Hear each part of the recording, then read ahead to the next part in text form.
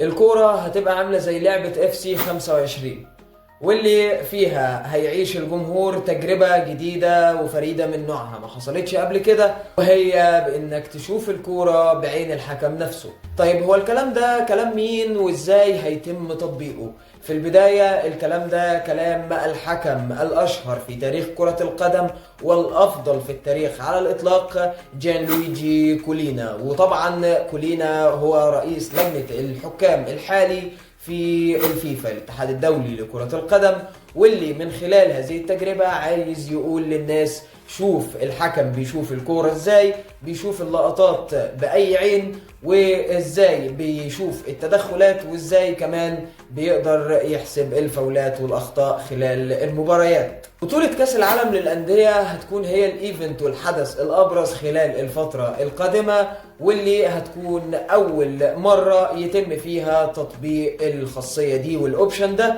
وطبعا من خلال تثبيت كاميرا تصوير في تيشيرت الحكام في مباريات كرة القدم خلال البطولة.